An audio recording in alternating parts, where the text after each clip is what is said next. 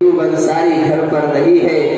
اہلیہ نے دیکھ لیا کہ اللہ کے لاڈلے پیغمبر ہمارے مہمان بن گئے، فوراً دوڑی ہوئی باغ میں تشریف لے گئی اور جا کر کے فرمانے لگی دیر نہ کرنا، جلدی سے گھر تشریف لے چلے، اللہ کے لاڈلے پیغمبر ہمارے مہمان بن گئے۔ حضرت ابو ایوب انصاری سمجھ گئے دوپہر میں آنے کا مقصد کیا ہے۔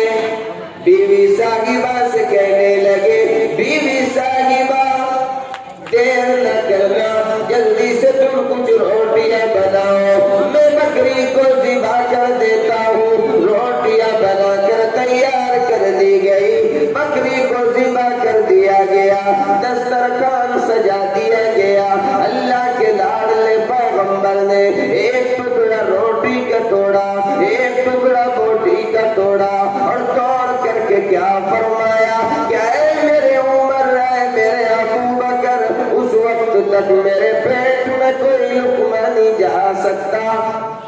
میری لفظ جگر نور نظر سیدہ فاطمہ الزہرا کو 3 دن ہو گئے، میری بیٹی کے پیٹ میں کوئی لقمہ نہیں گیا۔ پہلے یہ کھانا میری فاطمہ تک پہنچا دو۔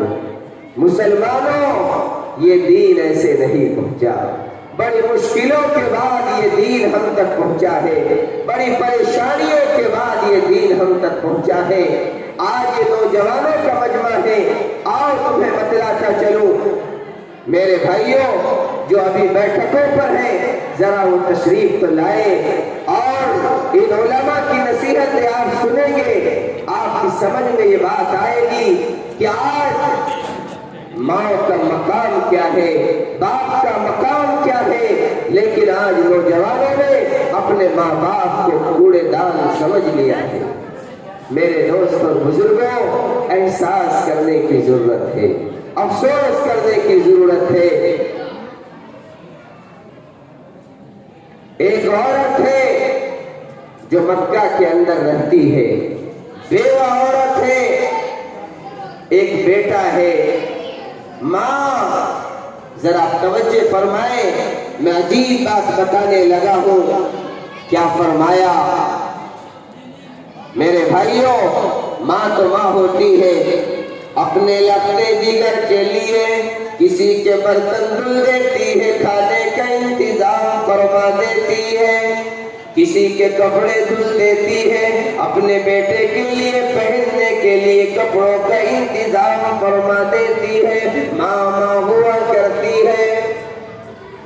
8 سالہ بچہ ماں سے کہنے لگا اماں جان، آپ کے کپڑے میلے کچیلے رہتے ہیں، آپ کے جسم سے خوشبو نہیں آتی، آپ اجازت دے دیں، میں چچا کے پاس جا رہا ہوں، چچا کے پاس جا رہا ہوں اور جا کر کے کہوں گا میری ماں کے لیے چادر کی ضرورت ہے، آپ انتظام فرما دیجئے گا۔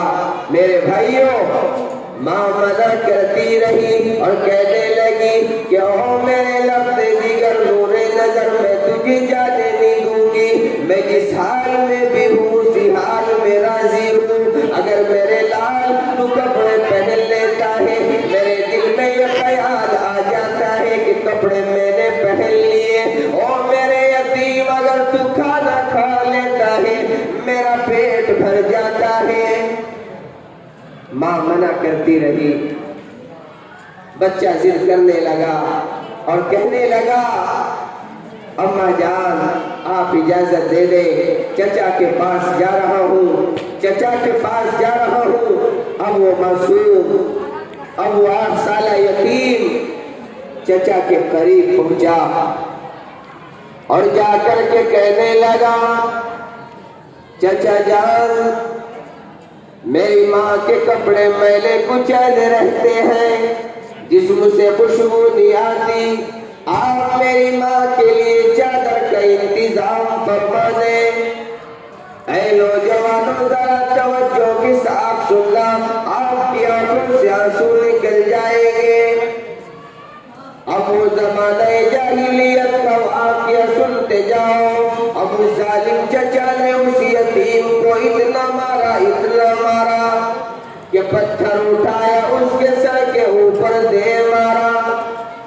بچے کے سر سے خون ٹپک گیا, رونے لگا. اب ماں کی تلاش میں نکل گیا اور